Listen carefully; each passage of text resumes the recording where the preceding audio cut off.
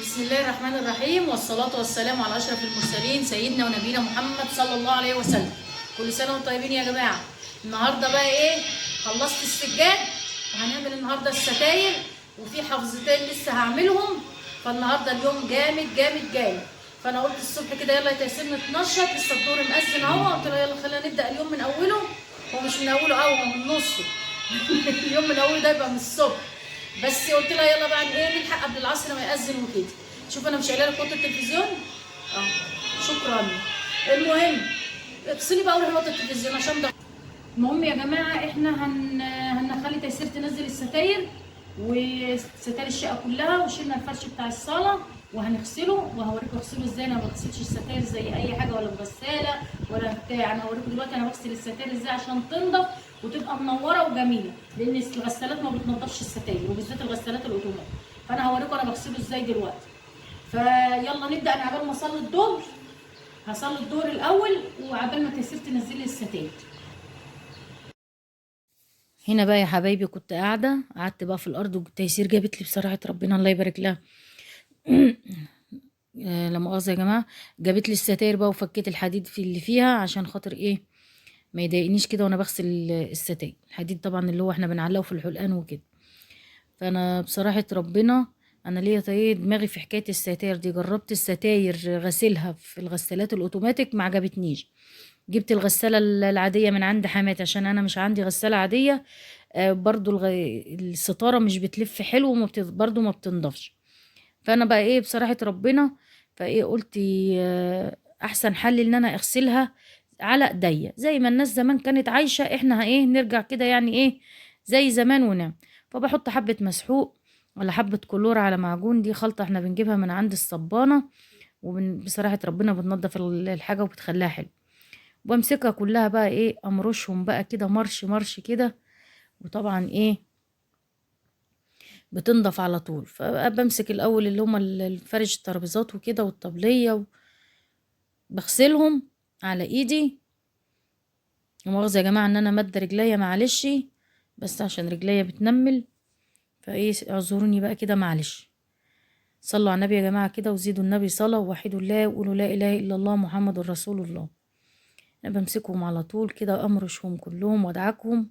والستاير بتنور وبتبقى زي الفل في غسيلهم. هي متعبة، بس بصراحة ربنا انا مرتحتش لغسيل الستاير الا في الطريقة دي. يعني انا جربت كذا طريقة زي ما قلت لكم وانا مرتحت لهاش. قلت بقى خلينا بقى ايه تعب بتعب، بس الحاجة تتغسل تبقى حلوة. بعدين احنا ما بنغسلش ستاير كل يوم، يعني في ايه يعني انا مقضية بيها الشتاء. فكتر خيرها قوي بصراحة الستاير. الجو عندنا هنا ساقعة وهوا، فما كنتش عارفة ولا اشيل ستاير ولا اشيل سجاد الا لما الجو يدفي. برغم ان هو لسه لحد دلوقتي فيه هوا وما دفاش، بس قلت لازم اغسلهم قبل رمضان. حاجة كده بتعدي من علينا زي ما بيقولوا. وبنعمل ايه؟ بنقعد اول 15 يوم في رمضان ما بنعملش حاجة. طبعا ايه الحاجات دي بتعدي من علينا. هنا بقى اهو ابتدي بقى اغسل الستاير الفاتحة الاول وبعدين الغامقة. تيسير الله يبارك لها بصراحة ربنا نفعتني ونفع ربنا. هي بتاخد تشطف وتنشر عليا وانا قاعدة. و بحط حبة كلور، كل ما عاوز حبة كلور بحطهم. هي بصراحة ربنا الله يبارك لها تيسير هي اللي نفعتني وعلى طول بصراحة ربنا هي اللي بتعمل معايا الستاير على طول. بغسلها كلها وبعدين اديها لها بقى ايه اعمل واحدة اتنين واقول لها خد انشريهم وتعالي عبال ما اعمل لك كمان ايه اتنين ولا حاجة دي. كلها بصوا بتنزل التراب وبتبقى نظيفة وزي الفل. دلوقتي انا هوريها لكم على الحبل شكلها عامل ازاي، بتبقى منورة وزي الفل. صلوا على النبي يا جماعة، ووحدوا الله وقولوا لا اله الا الله محمد رسول الله. اللي وصل معانا هنا لحد هنا يا جماعة يحط لنا اللايك ويشترك في القناة ويفعل زر الجرس عشان يوصل له كل جديد. كل سنة وانتم طيبين يا جماعة، ويعود علينا وعليكم الأيام بخير.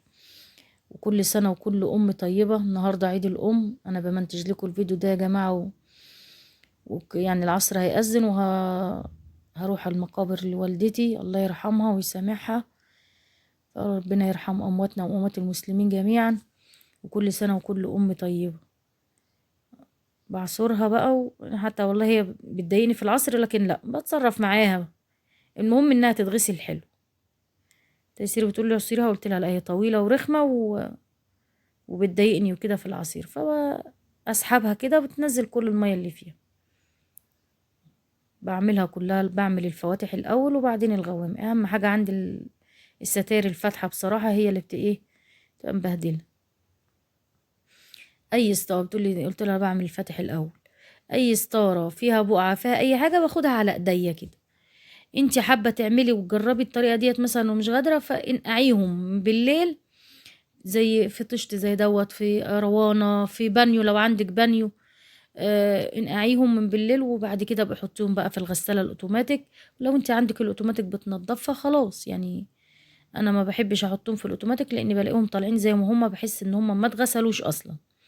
والغسالة العادية ما مشيتش فيهم برضو، مع ان الغسالة العادية بتنضف الهدوم بس الستارة بتبقى تقيلة على الغسالة ما بتلفش فيها حلو. فبمسكهم على ايدي اغسلهم على طول كده.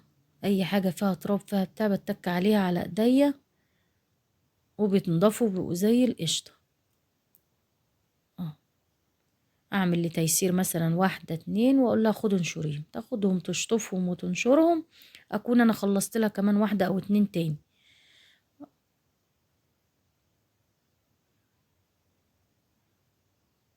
صلوا على النبي يا جماعة. حطوا لنا اللايك يا جماعة بالله عليكم، انا كل مرة بقول لكم حطوا اللايك ومش بلاقي تفاعل منكم كتير. فايه دعموني يا جماعة وادعموا ايه التعب اللي انا بتعبه دوا. ايوه كده بصوا اعصرها بقى. اللايك يا جماعة هو اللي بيرفع الفيديو. اشدها على طول كده تبص تلاقيها ايه اتعملت معايا على طول. واخلصهم. وبعد كده في عندي حفظتين. انا كان عندي الحفظة بتاع اوضة النوم بصراحة انتوا هتشوفوها دلوقتي. وانا بغسلها مع السجاد بس نسيتها لانها كانت على الكوبيستا قدام الشقة. فنسيتها بصراحة. لقيت روضة وتقولي انتي ما غسلتيش الحفظة دي ليه؟ قلت لها تصدقي انا نسيتها. يلا بقى لسه ما انشر اوانها. هنبقى نغسلها واحنا بنغسل الستاير. مم. بتك على الفتحة فيها اي حاجة فيها بقعة فيها حاجة بتك عليها والغامقين دولت بمرطهم برضو على طول كده بينضفوا. كده كنت خلصت كل الفاتح وهبتدي بقى في الايه في الغوامق.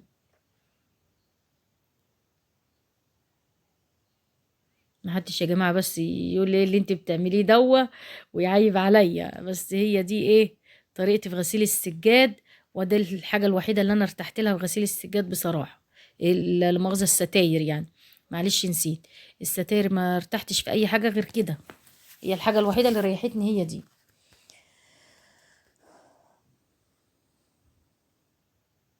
صلوا على النبي يا جماعة وزيدوا النبي صلاة. ووحدوا الله وقولوا لا إله إلا الله. كل سنة وانتم طيبين. وينعاد علينا وعليكم الأيام بخير يا رب. اللهم بلغنا رمضان يا رب، لا فاقدين ولا مفقودين يا رب. ربنا يصبر أي حد عنده أي محنة. ربنا يعينه عليها ويعديها له على خير. ويصبر صحابات البلاوي زي ما بيقولوا. ربنا يصبرنا جميعا ويرحم أمواتنا وأموات المسلمين جميعا. بنزل عليهم كلهم مرش مرش كده فبصراحة ربنا وبينضفوا زي الفل وحلوين قوي. انا مرتحتش الا الغسيل ده بصراحة يعني. فمعلش يا جماعة برضو بقول لكم تاني محدش ايه يعيب علي. هنا تيسير التلفزيون كان شغال. جت اغنية وعادل امام بيقول لك ايه في فيلم بتاع الواد محروس بتاع الوزير. كلمة حمدي جوزي بيقولها لنا. يعني كان بيقول لك قولي لي يا محاميح. عادل امام كان بيقولها فقلت لها سمعت قالت لي ايوه انا افتكرت ابويا وهو بيقولها. حمدي جوزي بيحب الهزار والضحك يا جماعة. ربنا يروق باله يا رب. بشدها على طول بتتعسر معايا على طول. اه خدي اشطفيهم عبال ما اعمل لك تاني تعالي خدي. انا تعبتها بصراحة تيسير. الله يبارك لها هي اللي بتنفعني بصراحة. روضة بتهرب مننا. بس انا بقولها عيلة لسه يعني صغيرة. انا عندي تيسير يا جماعة في تانية ثانوي وروضة في اولى ثانوي. تيسير ربنا يبارك لها. انا بقول لها الستارة دي اللي بتبقى وسخ. انا عندي تيسير مشبوكة. فربنا يقوينا على جهازها يعني وكده.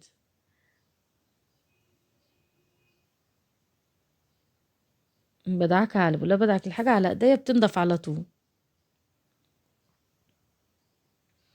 اي بقعة اي حاجة بروح غسلها على طول.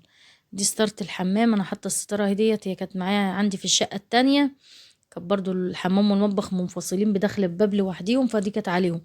فانا لما جبتها هنا حطيتها لان الحمام في وش الباب، في وش الانتريه وفي وش الصاله، فانا بقى ايه، فبحطها علشان لو حد جالنا ولا حاجه، فبنزل الستاره على الباب الحمام.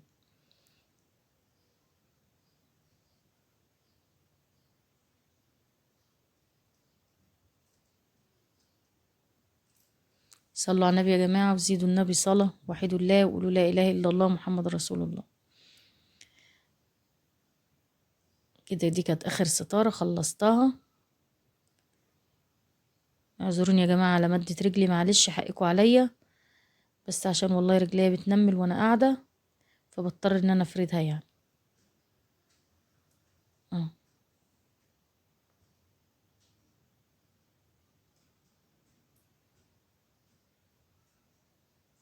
خلصتهم، وهي بقت تشطف وتنشر عليا على طول، بصراحة ربنا ما خدوش وقت وما حسيتش بيهم. خلصتهم وقمت على طول عملت الحفظتين، غسلت واحدة في الطشت، الحفظة بتاعة المطبخ لانها كانت متبهدلة فدعكناها في الطشت، والحفظة انا بقول لها هاتيلي الحفظة بقى عشان اغسلها ايه في المية دي كلها كلور، وبعدين ارجع اخدها فوم تاني في الحمام. خلصتها وشطفتها ودخلت بقى على ايه، على الحفظة بتاعة اوضة النوم دي. الحفظة دي كانت بتاعة المطبخ. انا بحط بقى حبة كلور كانوا فايضين مني بالمعجون، وبحط لها الصابون، انا بحب اغسل السجادة عندي والحاجات دي بصابون بتنضف وتبقى حلو، وما بستخدمش المسحوق في غسيل السجاد وكده. هنزل عليها بقى انا دور وتيسير دور، وبعد كده ايه هلاقيها ايه، ما كانش الخرطوم معايا بصراحة عندنا، ف انا بقولها وانا مميله ما تصورنيش غير وانا مميله، هاتيني من تحت وانا مميله. فبقيت لقيت البنت هتشيل ميه كتير وتجيب ميه كتير من الحمام، قلت لها لا دخلها لي وانا هشطفها في الطشت في الحمام زي ما شفت الحفظه التانية وكده. فايه عبال ما هي لمت الميه بتاعت الصاله ومسحت الصاله، والله يبارك لها راحت مسحه قدام الشقه والسلم كمان.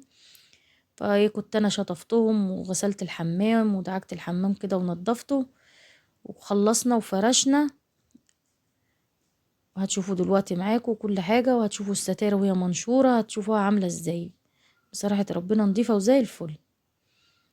يعني لو حد حابب يجرب الطريقة بتاعتي ديت وجرب انقعيهم بس كده، وبعد كده حطهم في الغسالة، يعني فاهمة. دي الحافظة بقى هي، قلت لها بقى تعالي يا تيسير بقى ادعكي شوية، فهي بقى راحت ايه ماسكاها بقى، بصراحة ربنا نزلت عليها. انا اديتها مرة وهي ايه كملت بصراحة، وبعد كده راحت ايه لمت المية كلها ولمت كل حاجة. عبال ما انا دخلت شطفت الحفظتين زي ما انا قلت لكم، عملت ايه ظبطت الدنيا في الحمام وفرشت. عبال ما هي خلصت السلم كنت انا فرشت. بصراحة لو روضة كانت معايا كنت خليتها صورتني، بس روضة كانت تحت زي ما قلت لكم بتهرب مننا روضة دي. تيسير بتقول لي انت كل مرة بتمسكيني انا، اقول لها معلش انت اللي تساعديني، انت عارفة ان هي متعبة وما بتوجع قلبي عبال ما تقضي معايا المصلحة. هي الله خلاص.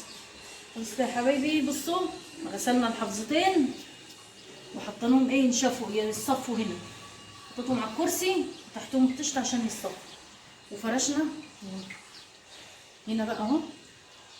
خلي بالك عشان النور ما ترفعيش عشان النور يبقى ضلمه، خشي اودي ظهرك للباب برضه ولا كاني بتكلم. فرشنا بقى هنا يعني مسحنا وخلصنا وفرشنا. تعالي بقى كده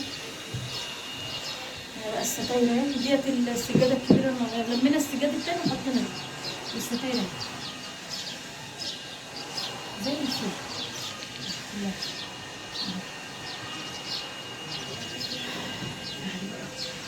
انا مش قادره اتكلم معه عشان مش قادره بصراحه.